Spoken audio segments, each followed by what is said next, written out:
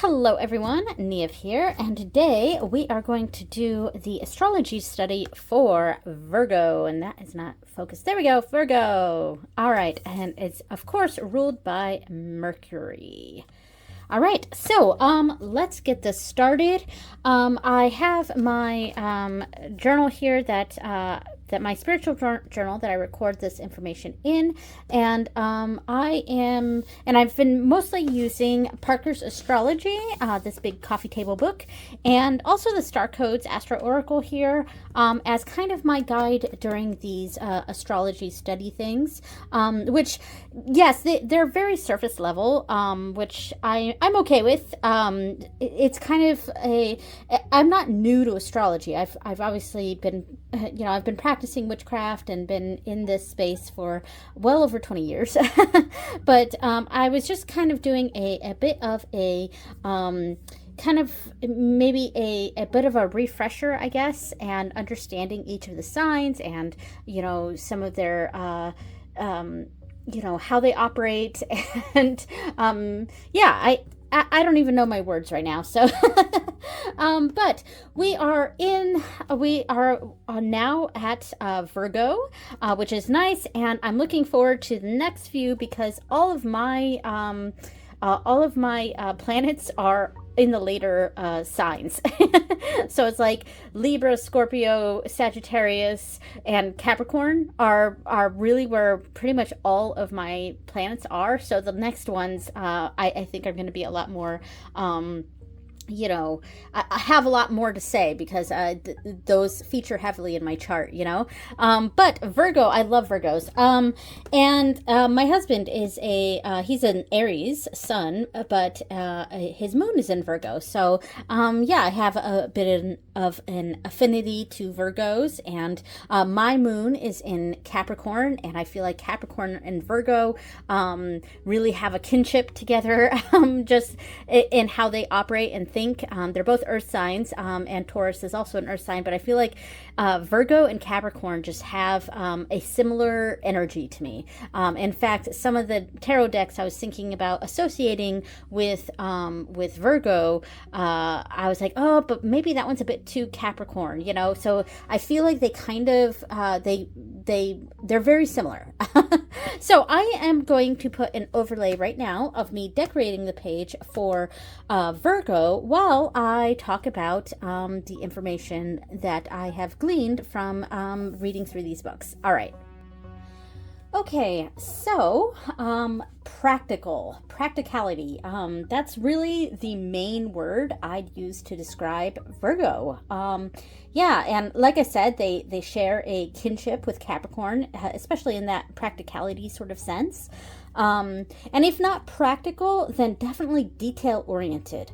And that puts them at the risk of being like kind of bogged down by small insignificant details.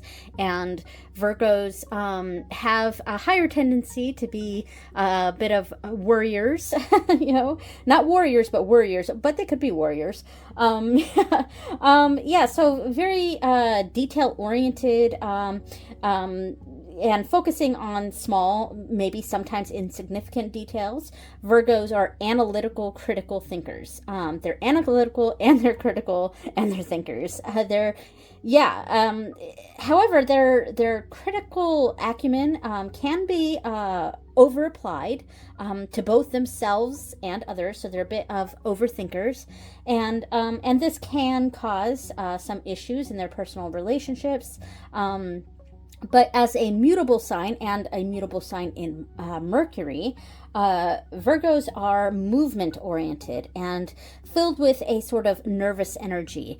And I find that contrasts a little bit with fellow earth sign Taurus, where I feel like Taurus is very slow, very leisurely, very taking a step back sort of energy, whereas Virgos are, I guess, a bit more enjoying busy work. They might enjoy busy work a bit more, or movement. It's more of a movement sign, if that makes sense.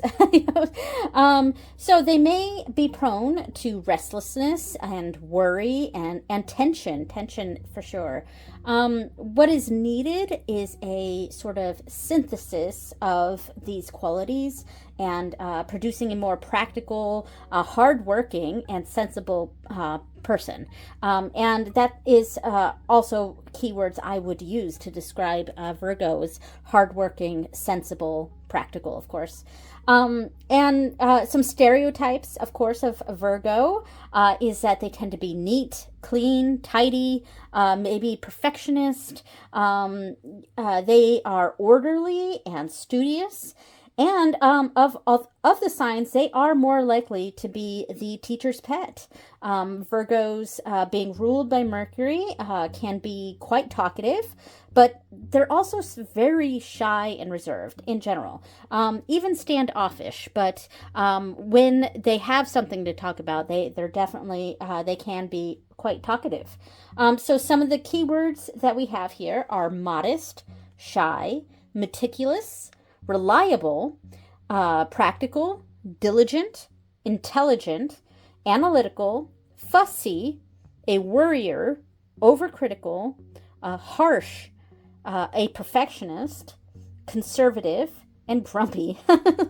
Yeah, so where is Virgo in my chart? So as I mentioned, I don't have any planets in Virgo because pretty much all of my planets are in after Virgo, like Libra, Scorpio, Sagittarius, Capricorn. That's pretty much where all of my planets are. My rising is in Cancer, but that's like the only one that's not in those later ones. So I don't have any planets in Virgo in my chart. But Virgo is in my third house with no planets.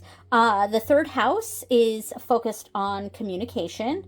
And close family relationships, and that doesn't necessarily mean a relationship with like your spouse. It's really according to the Parker's astrology, a bit more focused on your blood relatives or the family you grew up with, is what I'm trying to say. Yeah, so that's really where the third house kind of sits. It's like that, the close family relationships, but communication in general, for sure.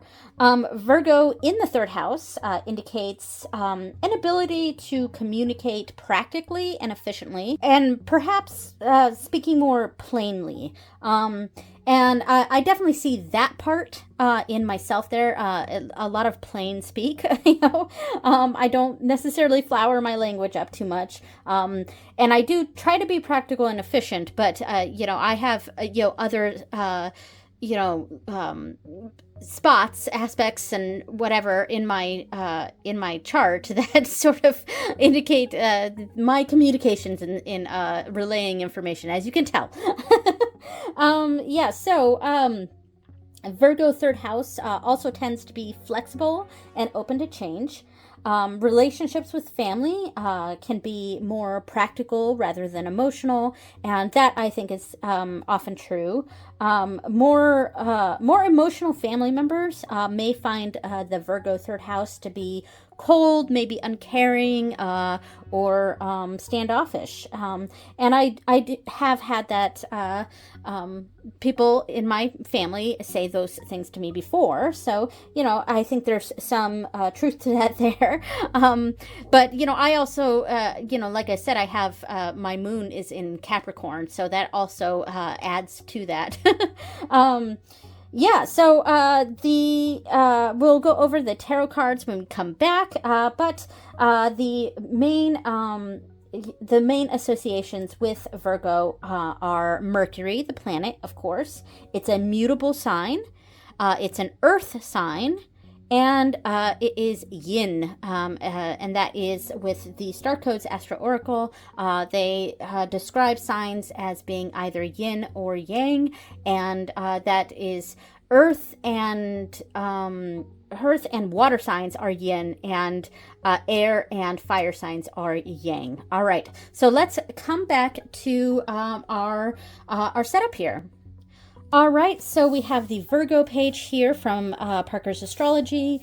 Very cool image. I just wanted to show this before I showed the finished product in the book, in my book. But yeah, so we've got all the information here. When I go over these, I mostly stick to what's in the basic personality. I read a little bit in the other sections here, and a little bit right here. And then I go into the next page and I just kind of skim this a little bit and kind of pick out some key details because, as I said, my astrology studies have been very surface level. It's very quick information here.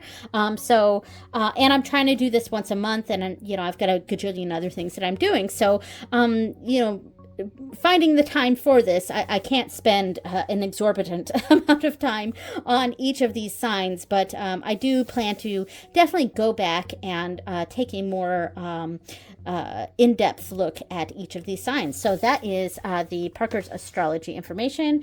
And let's move on to the book here, and we'll see the page that we're on. I put the bookmark in there. All right, so here is the finished page. Okay, here we go. Quite like how this turned out. Yeah, quite like that. Okay, so, and as you can see, I kind of went with a little bit of a steampunk here, a steampunk theme here, because the deck that I chose to pair with this was the Steampunk Tarot. This is the bag, of course, that I made for it, but the Steampunk Tarot, this took me a while to pick a deck for this, because there was another deck that I was potentially going to choose, and that was the Golden Universal, because I kind of felt like with Virgo, going with something that's very clean, very simple, was kind of the way to go, and let me put that there, and so I was going to try to go with the most traditional of the tarot decks that I have, which I don't have a straight up Pixies Art RWS, but I do have the Universal Weight, which is, the Golden Universal, which is very, very similar, very, very close to the original. But that one's got a lot of like shiny gold, like gold leaf in it, and I don't know, it didn't quite feel. It wasn't quite there. It wasn't quite Virgo. And I was really kind of struggling trying to find a Virgo deck. But then I, just stumbled across this one on my shelf, and it was an immediate yes. And let me try to get this focused. Come on, focused. Focus. There we go. So yeah, I think this is a really good pick for Virgo. It kind of has a certain mood to it. There's a certain loner aspect also with Virgo that I feel like this sort of deck does a pretty good job showing. It's so dark. It's a little too dark. It shows up better on camera than it does in person, and that's the funny thing about this deck. Because when I look at this deck on camera, I have an easier time seeing the images, but in person, it's actually quite dark. Even some of the brighter cards are still kind of dark in person. This is quite dark in person. But yeah, so there's an energy to this that I think embodies Virgo pretty well. And there's a traditional, sort of, because steampunk kind of takes a traditional and goes and adds an element to it. The steam part, the steampunk part, So, yeah. So, but there's something very... I don't know, studious. I think maybe that's what I'm thinking of with this. There's something very studious with this deck, with the steampunk aesthetic. And also my husband, who I said is his moon is in Virgo, he is really into a lot of steampunk stuff. So maybe that's part of what's adding to this for me. But there's also a certain amount of order and detail involved with the steampunk aesthetic. I mean, we've got all these gears and, slap a gear on it, call it steampunk. But, we got all the gears, the moving gears, and the movement element of it is also what attracts me to this deck for Virgo. All the moving parts and everything's kind of working in an orderly fashion. Oh my God, this card is so dark. It shows up better on camera. I'm trying to look at the camera here. It does look better on camera, but in person, this is so dark. Yeah, it's honestly, that might be the only reason I really don't use this deck all that often, is that it's so dark. It's hard to see. But then again, I have all those Taylor Bryn decks, and those are also really dark. But then again, that's also my only criticism of them, is that they're too dark. So I also don't like that with this deck, that there aren't really there might be one or two people of color in this, but largely there aren't really any people of color in this deck, and I'm not sure why. I feel like there should be, so it's not very diverse, at least in that respect. But I love the imagery, and I love the feel of this deck, and it definitely feels Virgo to me. So yeah, all right, so that is the deck that I chose for Virgo. So let me pull out the specific cards for it. So we have, of course, from Starcodes, we have Virgo, Mercury, and we have the third house. There we go. Virgo, Mercury, third house. We'll keep those right there because that is where it is in my chart. Of course, the Hermit is associated with Virgo. It's the major arcana, and really it really makes a lot of sense for Virgo to me. Focus, there we go. Yeah, and also it's because of the Hermit too. It is a moving card. It is a movement card. And it's a card in my mind of intelligence, which is one of the key words here of Virgo. So it is that search for kind of a higher knowledge, but it's a lonely search. It's a search on one's own, if that makes sense. But it's always moving forward. So I think that I think the Hermit is a pretty good depiction of Virgo. So the major arcana that I've associated with Virgo, and I started to go, when I first started associating the court cards to the signs, I wasn't quite following a system, and so if I could go back and change some of my choices for some of the previous signs, I probably would, because what I ended up really gravitating more toward was this infographic that was on Labyrinthos, and they've had a system on which court cards to associate with each zodiac sign, and I like that a bit more. And I would already put the King of Pentacles for Virgo, but they also had the King of Pentacles for Virgos, so I think that's very fitting too. And the King of Pentacles, I mean, he is a this is someone who knows how to achieve things, and knows the path forward, and he's very wise and very structured, very what are the adjectives I'm thinking of here? I'd really consider the King of Pentacles to probably be the most practical of all the court cards. So that in and of itself is very associated with Virgo. Let's see, I'm going to grab the book for this deck to see kind of what it says, because I'm thinking of the King of Pentacles as being very successful, and just kind of understanding how to achieve that sort of success. So let me grab the book real quick. Okay, we've got the book, which it's been ages since I've opened this book. But all right, so King of Pentacles, and let's see, the quote here we have is, "We have no more right to consume happiness without producing it than to consume wealth without producing it." Interesting, by George Bernard Shaw. So core meaning, someone who is driven by the physical world, resources and finances. And yeah, the Pentacles suit is more associated with finances and things like that. So the King of Pentacles loves a warm fire in winter and a cool breeze in summer. You will find he has decided opinions about the best tea, tobacco, and tailors. An ideal evening includes a savory meal, complex wine, a lively conversation. He has worked hard all his life to discover the best that life has to offer and to be able to afford it himself. It might, at first glance, be easy to mistake him as for a mere hedonist, which I wouldn't describe Virgo, but he has a broader understanding of the physical world. Like his queen, he understands the invisible connection between the physical realm and some other invisible realm. He is not as quick to call this other plane spiritual, but he knows there is an unseen hand at work, some universal laws that guide the workings of the world.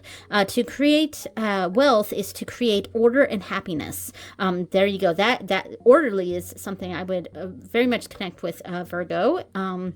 And also the King of Pentacles. The more wealth you accrue, the more you keep chaos at bay, or so his experience has led him to believe. This king is a practical man, willing to invest in worthwhile projects. He is also a cautious, conservative man. There's that other keyword, conservative. And we're not necessarily talking about conservative as in like political minded, but potentially. Do not expect him to take big risks. And that is, I think that's true of Virgo for sure. I don't see them as big risk takers. In fact, it's funny because my husband is an Aries, and Aries are definitely big risk takers. But I feel like some of his instincts to jump into something can often be very tempered by his Virgo moon, which are often averse to taking big risks. Show him the plan and the numbers while wearing your best suit and serving your best whiskey to demonstrate your impeccable taste, and maybe, just maybe, you'll find a patron. So that I find, I'm surprised I read that whole thing, but I was actually finding it a little interesting for this. So yeah, so there we go with the Hermit and the King of Pentacles. And then the 3 Decan cards associated with Virgo. We have the 8 of Pentacles, which is my favorite tarot card. We have the 9 of Pentacles, and we have the 10 of Pentacles. And I love this depiction of the 8 of Pentacles because it's very traditional. And quite frankly, my favorite depiction of the 8 of Pentacles is the most traditional RWS imagery, and so I actually quite like this card. And I tend to prefer the 8 of Pentacles that have a single person in it versus the ones that have like a master and an apprentice. I kind of like the singular one, singular person in the card, and I think that fits very well with Virgo. And then we have the 9 of Pentacles. Of course, the 8 of Pentacles is showing the hard work. The 9 of Pentacles shows a sort of rewards of those of that hard work. Oh, focus. Yeah, my camera right now really does not want to focus, so I do apologize if portions of this are a little bit blurry. But yeah, so a 9 of Pentacles, of course, is a bit of that. Sort of enjoying luxury, enjoying fruits of our labor, things like that. And Virgos do enjoy that sort of, that's where they kind of connect a bit more with Taurus in their fellow Earth signs. Taurus typically is associated with enjoying more finer things, and I think we see that here with the 9 of Pentacles with Virgo. And finally, the 10 of Pentacles, which I also love. This is also one of my favorite cards because the 10 of Pentacles to me, I call it the family tree card because it has to do with legacy, and I like this as someone who is a genetic genealogist and loves family tree stuff. So I actually quite like the 10 of Pentacles, and I think Virgo sort of works very long term, and we see that with the 10 of Pentacles. It's the 9 of Pentacles is an easier, leisurely life, and then the 10 of Pentacles is making sure we have that longevity and that something that we can pass on and that can continue once Virgo's work is done. So hopefully that made sense. I will briefly go into the Starcodes. So let's see, where was... Boop, boop, boop, boop, boop. just trying to find the signs here. All right. Oh, I had a bookmark on Leo and Virgo. All right. So the keyword for this, according to Starcodes, is digest. And Virgos are often associated with the digestive system. I can't pick up this card. There we go. All right. So the sun works through Virgo on these dates.